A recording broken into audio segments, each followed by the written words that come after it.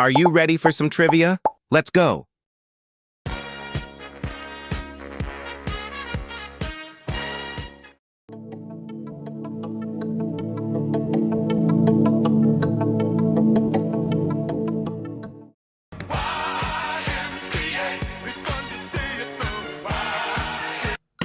The iconic arm movements for YMCA were not actually invented by the village people.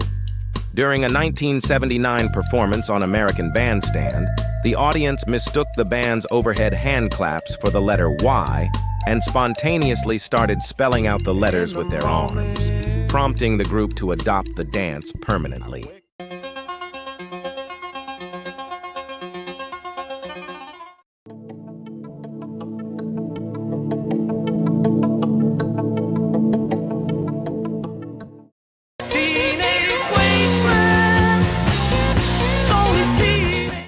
Baba O'Riley is actually named after Pete Townshend's two biggest inspirations at the time, his Indian spiritual guru Meher Baba and the minimalist composer Terry Riley.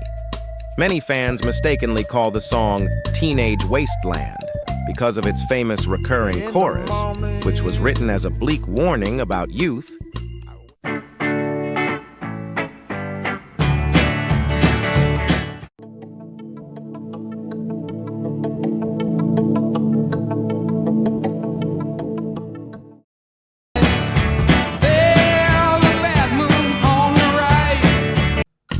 Bad Moon Rising by Creedence Clearwater Revival pairs an upbeat, cheerful melody with dark, apocalyptic lyrics about the end of the world.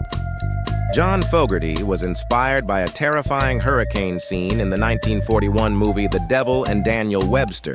Many fans sing the line, "There's a bad moon on the rise," as "there's a bathroom on the right," a joke Fogerty has embraced in live shows.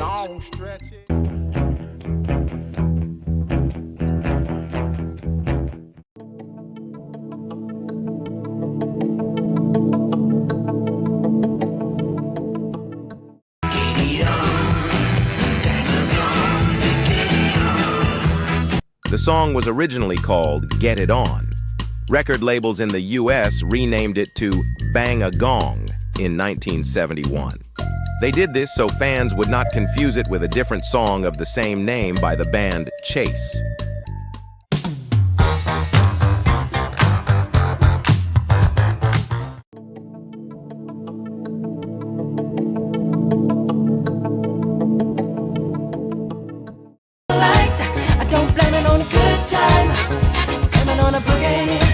Although famous as a Jackson family classic, Blame It on the Boogie was actually co-written by an English singer-songwriter named Mick Jackson. He and his brother David originally wrote it hoping to sell it to Stevie Wonder. Fate intervened when the Jacksons' management caught wind of Mick's demo, and both artists released their versions within a day of each other in 1978.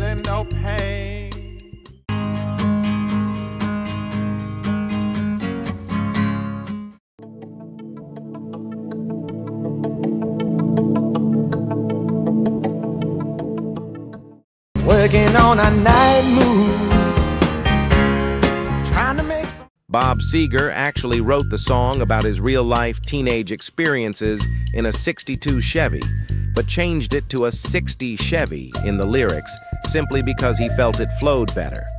Additionally, when he sings about humming a song from 1962, he was thinking of the Ronettes' Be My Baby, which wasn't actually released until 1963.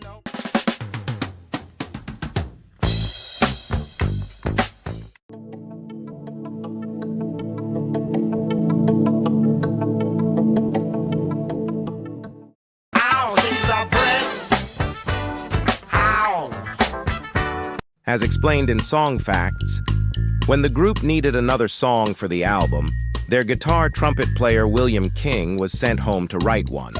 He fell asleep trying to think of something, and when he woke up, there was a pad of paper on his chest with the lyrics written on it. Shirley Hannah King, who was also a professional songwriter, penned the famous track while her husband was asleep. It took years for the band to learn of Hannah King's contribution, and although she remains uncredited on official pressings, The band does acknowledge her part in creating the massive hit.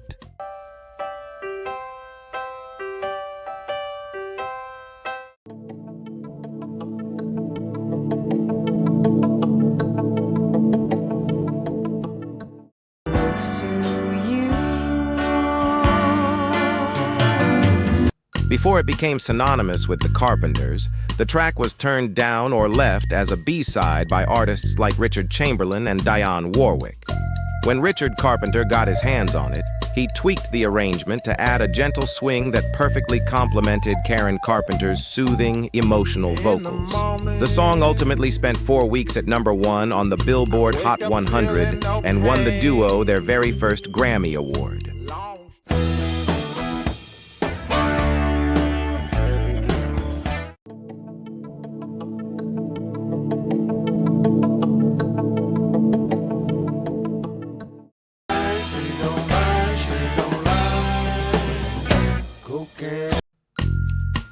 Eric Clapton's hit song Cocaine is actually a clever anti-drug message, written by J.J. Cale to sound pro-drug on the surface so listeners wouldn't feel preached to.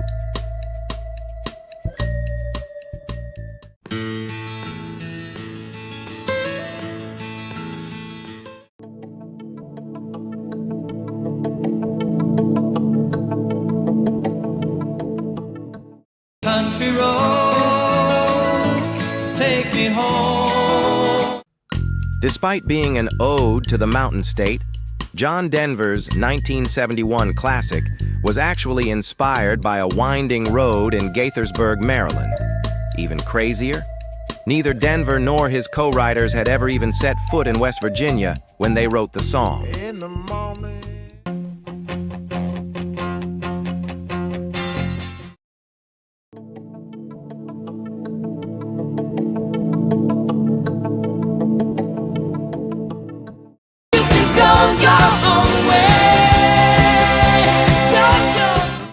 Lindsey Buckingham wrote Go Your Own Way directly about his painful breakup with bandmate Stevie Nicks.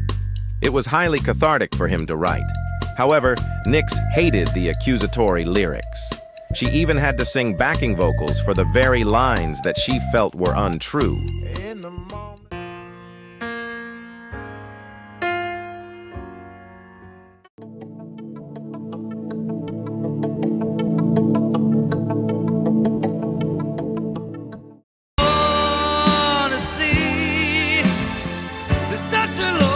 Billy Joel originally wrote the song using a placeholder word with an entirely different meaning. In the studio, his drummer joked around and sang sodomy over the melody to make him finish the lyrics quickly. Joel needed to change it fast and decided on honesty. He later joked it was the most BS song he ever wrote because he hadn't always been honest in his own life.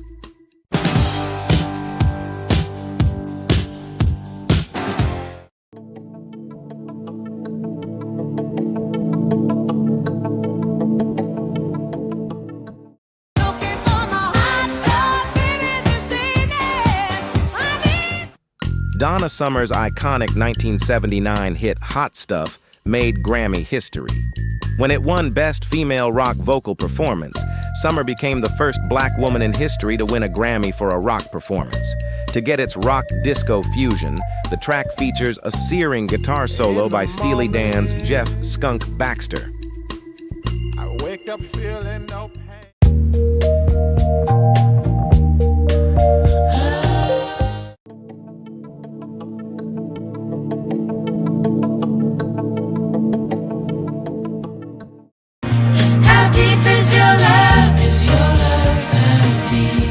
The Bee Gees originally wrote How Deep Is Your Love for another artist. Their manager, Robert Stigwood, wanted to give the song to singer Yvonne Elliman for the Saturday Night Fever movie. Luckily, he changed his mind and insisted the brothers record it themselves. In the morning.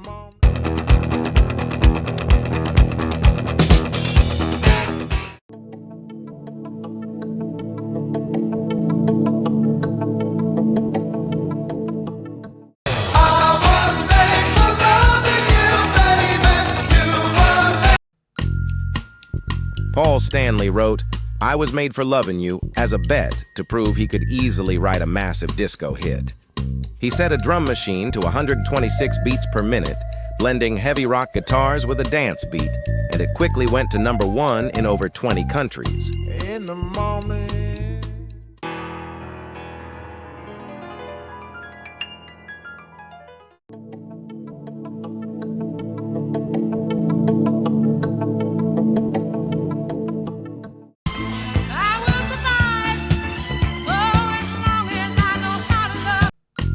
The famous hit, I Will Survive, was almost never heard. The record label originally put it on the B-side of a single they did not like. However, club DJs quickly noticed how much crowds loved the song. They started playing it instead of the intended main track, forcing the label to flip the sides.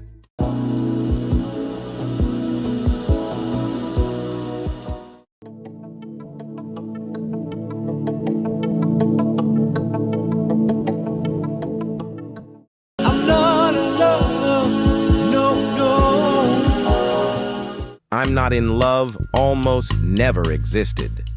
The band initially hated the idea. After band member Eric Stewart brought the idea to the studio, the others scrapped it.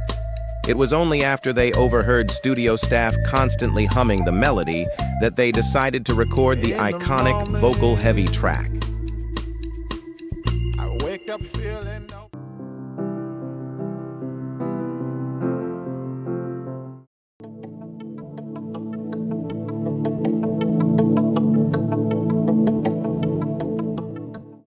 Imagine all the people. John Lennon composed the peace anthem, Imagine, on a small brown Steinway upright piano in early 1971. He later admitted the song's concept was directly inspired by the instructional poem Cloud Peace from his wife Yoko Ono's 1964 book Grapefruit, famously noting he sugar-coated the anti-establishment message to make it a global hit.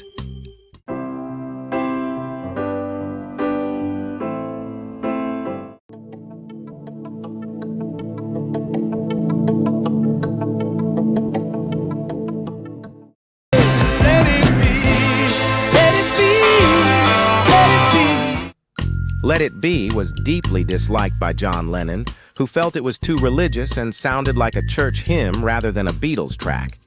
Lennon hated the track's solemn tone so much that during album sessions, he insisted on positioning a dirty comedic song right after it on the track list to deliberately ruin the mood.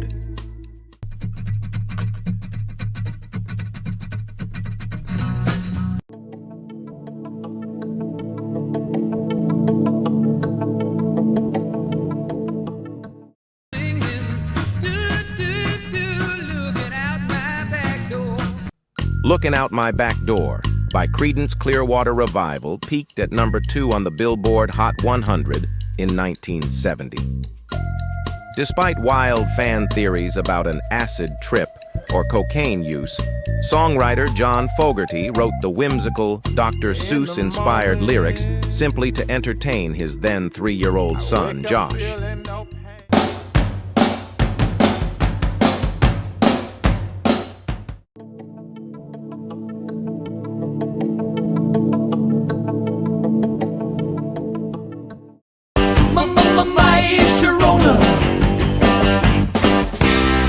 The Knack's frontman Doug Feger wrote My Sharona in just about 15 minutes about his real-life obsession with a 17-year-old clothing store clerk, Sharona Alperin. The 1979 power pop hit was an absolute smash, becoming Capitol Records' fastest-selling debut single since the Beatles' I Want to Hold Your Hand. I wake up feeling no pain.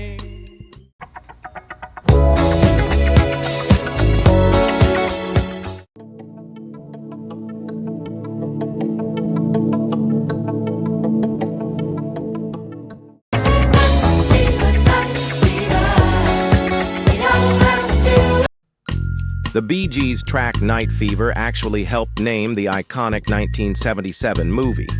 The film's original working title was just Saturday Night, but the band convinced the producer to change it to Saturday Night Fever after the song. morning. She packed my bags last night, pre-flight.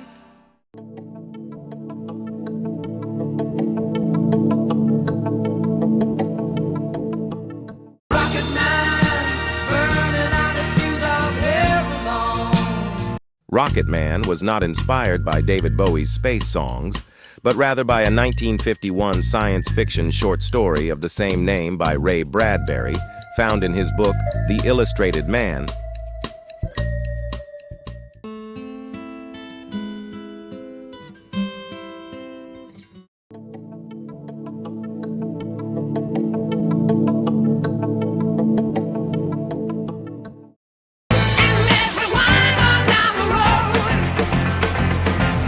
Stairway to Heaven by Led Zeppelin, 1971, was never released as a commercial single.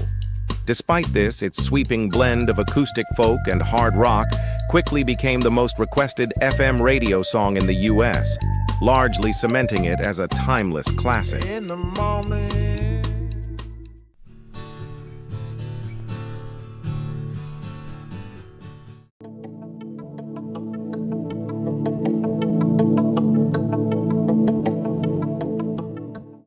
Jokers to the right, here I am, stuck in the middle with you.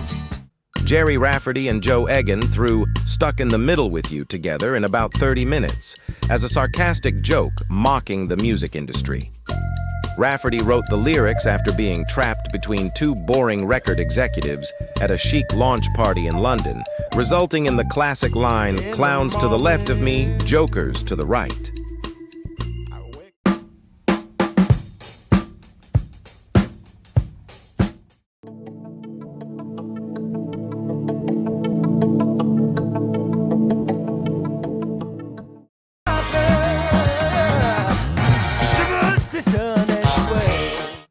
Superstition was originally written as a demo for legendary guitarist Jeff Beck. Stevie Wonder, who played nearly every instrument on the track, recorded it in about 15 minutes. Beck loved the groove and intended to record it himself, but after Wonder's manager heard it, they insisted Stevie release it, and it became a massive #1 hit. I wake up feeling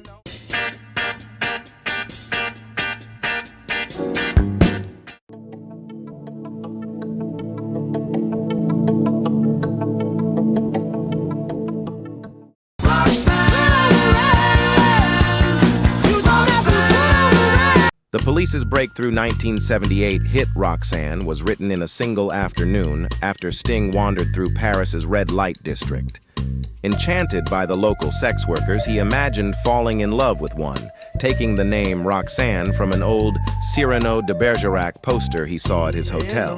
The famous, atonal piano chord and abrupt chuckle you hear at the very beginning of the track were completely accidental. While the tape was rolling, Sting took a quick rest and leaned his backside on an open piano lid, striking a random chord. Instead of editing it out, the band decided to keep the laugh in the final mix.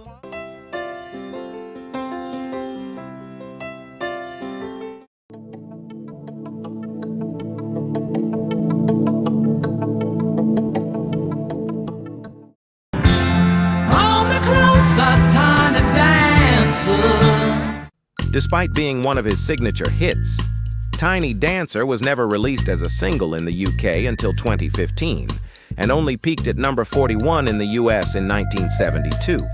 It later became a massive cultural phenomenon, largely thanks to its unforgettable, spontaneous group singing scene in the 2000 film Almost Famous.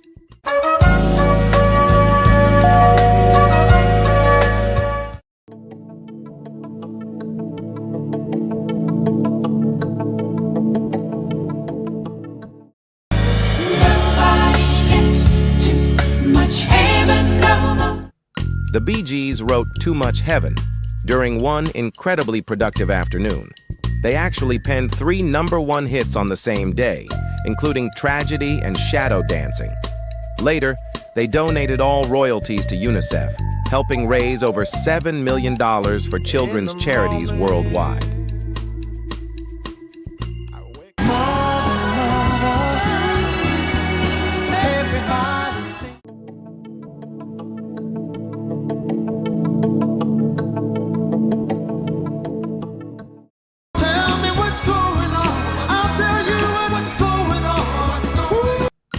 Motown founder Berry Gordy called What's Going On the worst thing he'd ever heard and refused to release it.